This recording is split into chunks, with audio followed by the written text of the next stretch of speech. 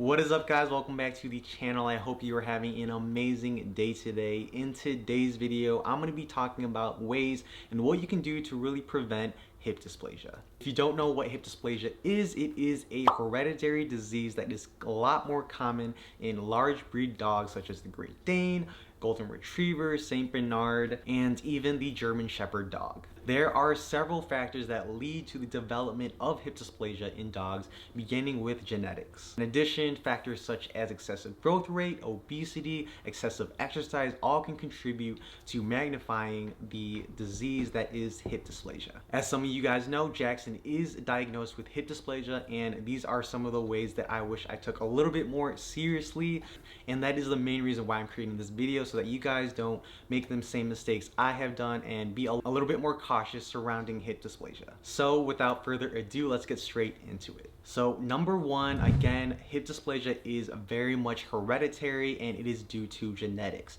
So if you are about to get a puppy, or maybe you are cautious about your current puppy slash dog, if he or she has hip dysplasia, definitely get them tested. If you're about to get a puppy, it is a great idea to ask the breeder or the shelter if they have any health records, if they actually tested for hip dysplasia, or even the grandparents, as I know the trait can not show up in parents but actually in the grandparents. It's crazy, but definitely getting tested is a great way to know if your dog could potentially have hip dysplasia and whether or not you're gonna have to either plan to treat it later in life. I definitely recommend health testing your puppy slash dog. Number two, again, I just want to reiterate that because hip dysplasia is hereditary, that you can only really magnify the effects and how much it could really cause pain and uncomfortability in your puppy.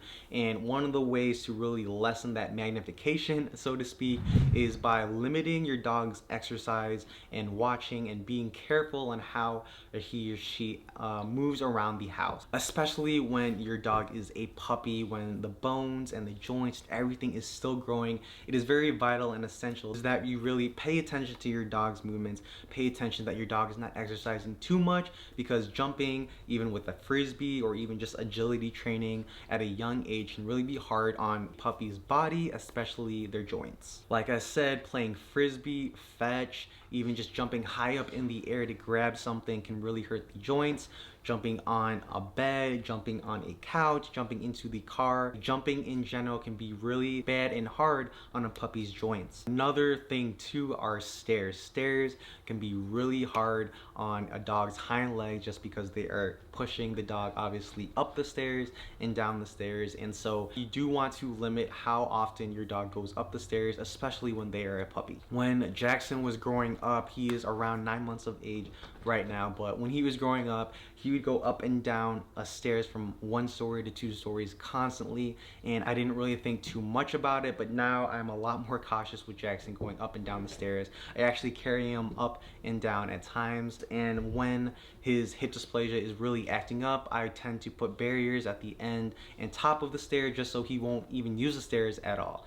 So definitely be cautious with how your dog is moving. Be cautious and wary of how your dog is also exercising. Number three, just like humans, you want to make sure that your dog is intaking the right nutrition and not overeating or even not eating enough. Obesity can put a lot of stress on your dog's joints and sockets, and so that's why you want to be very adamant and careful on if your dog is eating too much, getting the right nutritional value out of his or her food. All of that, you just want to make sure that it is the right amount for your dog. I got really lucky with Jackson, and I don't know if it'll change as he gets older, but Jackson is very careful on how much he eats. He tends not to eat too much if his stomach is full, and he eats the right amount. Like if I really wanted to, I feel very confident in free feeding Jackson, but right now I do not, just because I do not want to risk him gaining a lot of weight, and I want to keep him slim just for the sake of his hip dysplasia. But just to reiterate, make sure that your dog is eating the right amount for that individual dog slash breed and size. Be careful on how many treats you give him throughout the day, including training, just so that, you know, again, you do not want to magnify the effects of hip dysplasia just in case your dog might have it. But yeah, guys, that concludes today's short video. Please let me know down below if there are any other tips slash advice or ways to really help lessen hip dysplasia or even prevent hip dysplasia in dogs? I'd love to know down below, and I'm sure everyone that is watching can really learn from it too. As a reminder, if you guys could hit that like button, it really means a lot to Jackson and me, as it really helps in the YouTube algorithm in spreading this video so that other people can see it. And if you're new here, please hit that subscribe button too. Tell your dogs you love them. Jackson, I love you. Thank you guys for watching and have an amazing day. As you guys can see, Jackson's hair is growing a lot longer now. He's not going to be this shaved down puppy anymore. And once again, Jackson will be the fluffy master. Let's go, Jackson. Let's go. Go, boy.